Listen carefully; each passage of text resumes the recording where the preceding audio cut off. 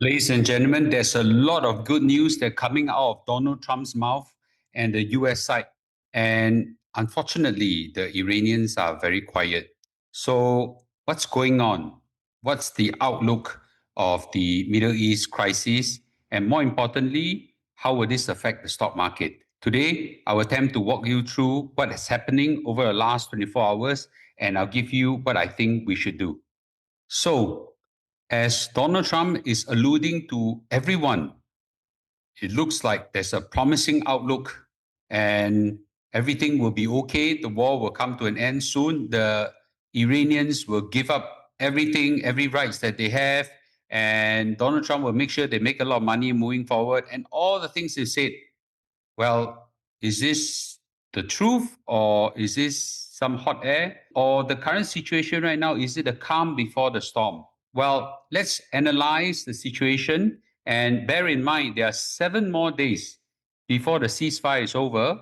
And as it stands right now, the stock market are absorbing all the good news that are happening and breaking record after record, which is good news for all investors. But right now, a lot of people are asking, Mr. Lu, will the stock market crash after this? Should we buy? Should we sell? Or should we hold? Well, let's take a look at the situation. Then we come to a conclusion at the end of the video. Remember, hit subscribe because things are evolving and changing, and nobody can predict what's going to happen moving forward. So I think it's more important to keep abreast of what's happening. So remember, hit subscribe. Let's watch on.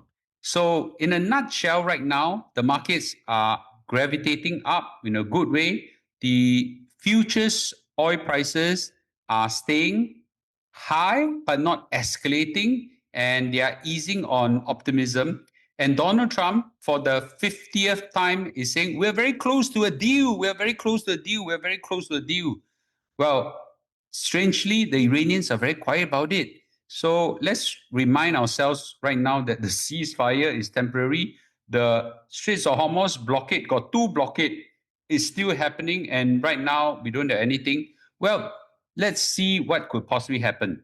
So Donald Trump, over the last 24 hours, is basically coming up with statements, giving hope and excitement to the whole world. And I think these are things that he does to manage expectation of his voters, of Americans, his Congress, his Senate, but also investors in both the stock market and the oil market. And he does that amazingly. So he says it again, the war in Iran is going swimmingly. Now, my English is not good enough. I don't know why it's called swimmingly, but I think he's basically saying that it's cruising very well. And it should be ending soon. We're very close to making a deal with Iran. Talks could happen this weekend. By the way, didn't he say a few days ago that talk could happen in 2 days? Well, never mind. I don't blame him because things are very fluid. But take note, right? He built people's hope up, and he does it amazingly. He's a really good, powerful manipulator, master manipulator. And I said before, I say again, this one we really got to take our hat off and say, President Donald Trump, you good. You're really good at that. Now, some people say, 小告乱讲, it's like mad dog barking, but that has some irritation sometimes. But the truth is, he's really a very good market manipulator and people manipulator. So he has a track record of giving promises that are hot air. And to be fair, sometimes it does pass through, but there are 48-hour ultimatum he's given, war projection that he say is happening, is not happening, and so on, right? So a lot of things he said, wow, a lot of promises, a lot of good things, a lot of hope and everything. Market thankfully go up. Well, let's see what the Iranians are doing. So the disconnect I have right now is what he's saying and what is happening on the ground, 2 different things. So he said the war is ending. I don't see any sign that war is ending. At least they are not firing each other. Could it end soon? Yes, it could. Let's be frank about it could. But I don't think it's an easy one, but it could. But right now we have got troops loading up, and I'll talk about it later. Well, the deal is very close. I didn't see the Iranian says that. He said talks are happening this weekend. Possible. Again, all these are possible. He gave hopes and hopes and hopes. Now, let's take a look at the military facts. Right now, the blockade really is being enforced. And 14 ships have been turned around and they are empowered. The US military is empowered to do seizure. And Secretary of War Pete Hegseth has basically said it's lock and loaded right now. His forces are now targeting Iranian power plant, energy industry, and dual use infrastructure. Let's remember, right, there's only about 7 days or so left with the peace agreement. But, this is something very easy to extend. I'm sure Donald Trump have no problem extending it. Well, let's see. Meanwhile, the military buildup of the American is frightening. We are right now looking at a 50,000 plus 10,000. So 50,000 has already been deployed in the region. Now another 10,000 is coming. Total 60,000 troops in the region. Now, this is a very big buildup, and they're all getting ready. They're amphibious landing troops. There are Marines. There's a third carrier group. I talk about it again. So it is a very big build-up, right? So what do you do that for, right? What do you do that for? So the Iranians, I think it's worthwhile to take a look at what the Iranian is doing for the last 24 hours. I did a lot of search and things like that.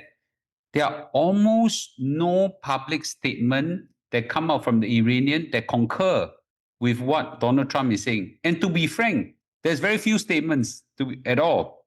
So there is no indication that they're going to give up the uranium. They could, but I'm just saying right now they don't have.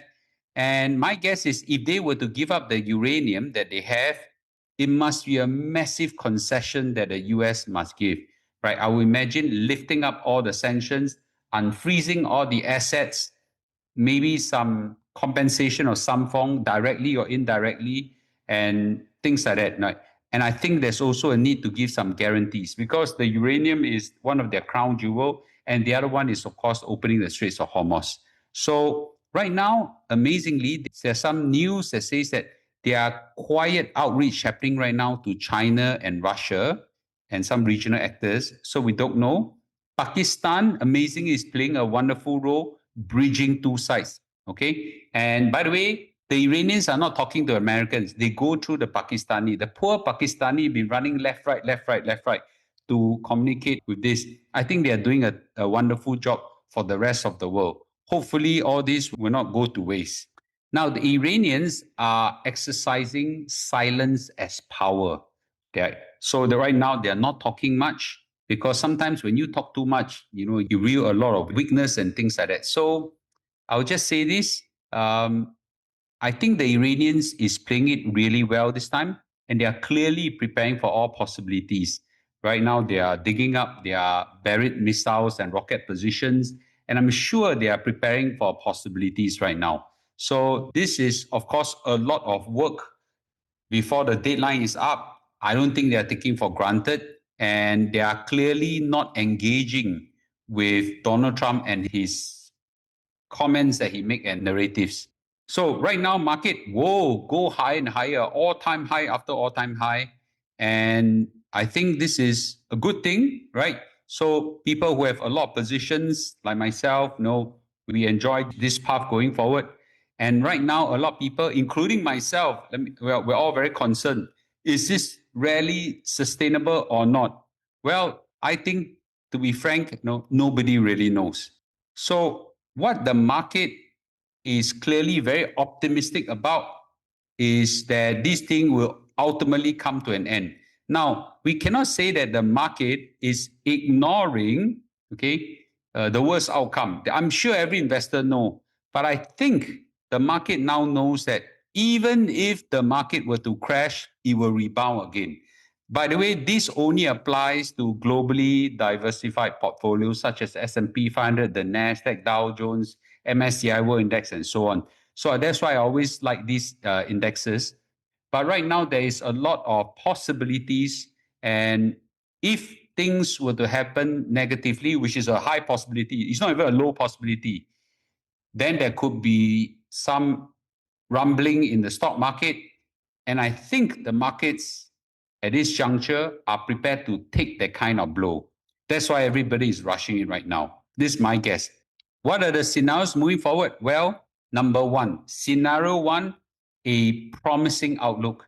Now, so as what Donald Trump alluded to, there could be some form of a handshake by this weekend, and maybe later a formal agreement signed. With that, the blockade is lifted by the Americans and also by the Iranians. So with that, wow, oil prices will come down, the market will shoot up, and as what Tom Lee says, it could rally to ultimately 7,700 points for the S&P 500 by end of this year. And that will be amazing, right? That will be amazing. So this path is currently being priced in right now. The path is projected is this path.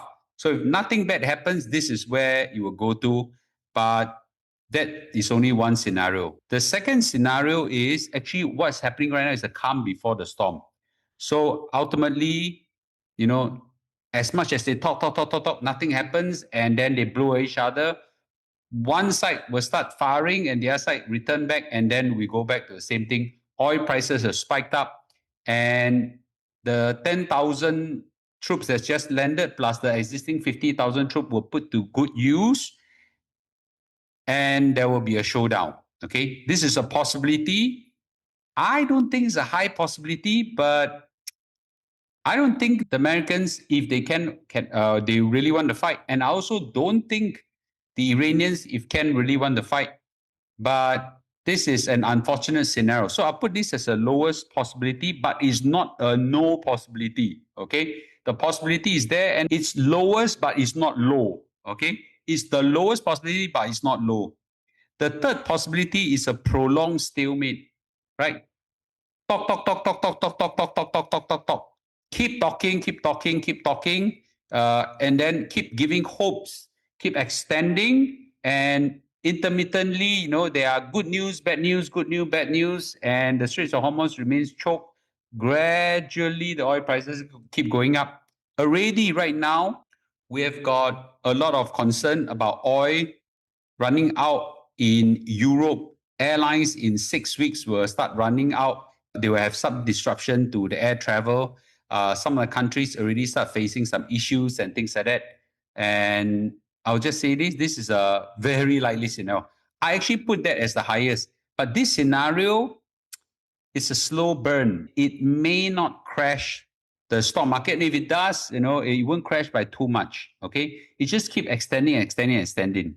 So what should we do? Well, the truth is nobody can predict the outcome. Nobody. We can give scenarios, but nobody can predict the outcome. So what do we do? Well, I would just say this.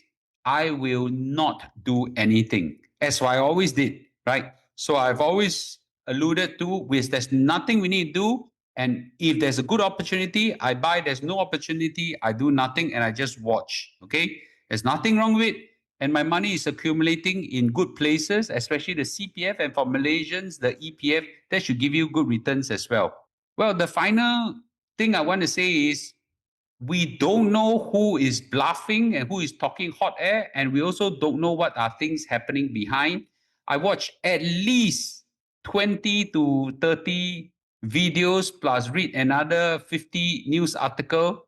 Nobody knows what can happen, and there's no way to analyze what can happen. So now what we need to do is always to hold on to powerful, globally diversified portfolio and let it compound over the years. So this is where I just say doing nothing is not a bad strategy. In fact, it's a very good strategy for us to wait. Okay. With this, let's analyze and see what could possibly happen next. These are things that happen on the fly. So I will let you know whenever things happen. I'll see you in the live stream tonight. Bye-bye.